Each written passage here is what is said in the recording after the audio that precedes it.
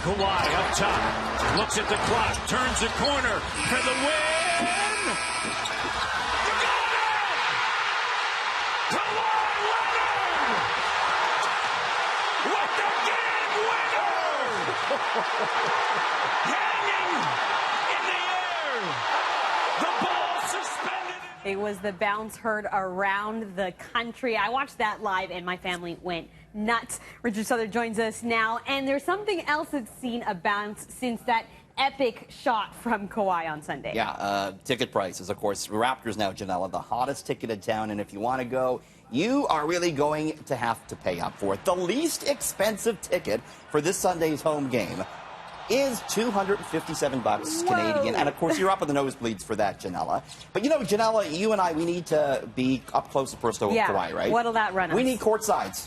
Cheapest courtside, $8,400 a seat. So we're going to have to use your credit card to pick that one up, Janelle, okay? Now, these aren't as quite as pricey as in Milwaukee. The cheapest ticket for tonight's game down there, $192 Canadian. Yes, prices on a whole have gone up since Kawhi made that shot. It might actually be cheaper to drive to Milwaukee and watch them there. Seriously. And maybe get courtside tickets there. It's the place to be. And imagine, too, you're sitting with Drake and all the Blue Jays turn up courtside, and it's like the place to be seen right now. Well, if you get a ticket, hopefully they make it worth it. Okay, so I don't know if you're a fan of the X-Files, but there seems to be some proof that the truth is out What's there. What's this, Janella? It's a UFO.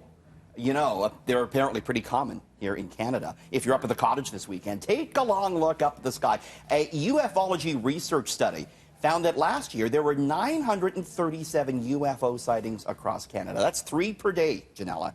Now, although this actually turns out to be lower compared with previous years, so maybe the aliens are cooling off to Canada a bit. 41% of all the sightings were in Quebec. Topping the list of what people saw most were lights and discs. The UFO experts say there's usually a good explanation for a lot of these drones and satellites and so forth. But last year they found there were 5% that couldn't be explained, Janella. So watch out again if you're up at the cottage. Take a picture and send it to us. Keep your eyes to the skies this Who knows what's going on? You know, there's a lot of UFOs out at Yonge Dundas Square, too. I see a lot of unidentified things I can't explain out there. Yes, that's right. Okay, so some sad news now. An internet sensation has passed away. It's rare that we get this touched, I think, by a cat, especially one we don't own. Yeah. Grumpy Cat, the feline famous for her permanent scowl, passed away at age 7 due to complications from a urinary tract infection.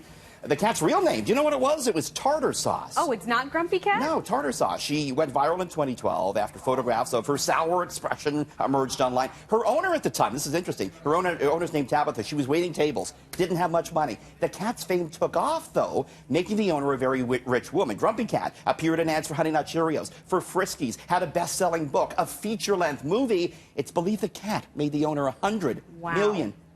She traveled the world, even visited Toronto, had more than 2 million Instagram followers. Janella, they say her facial expression was caused by feline dwarfism and an underbite, and probably, think about it, the most famous cat there ever was. Can you name another one? Garfield wasn't real. I'm just shook that she has another name. Why haven't we been calling her Tardar Sauce? Little Tardar Sauce, not quite as it doesn't have the catchy as same Grumpy. ring to it. Oh, R.I.P. Grumpy Cat. On that note, have a good long weekend. weekend, Richard.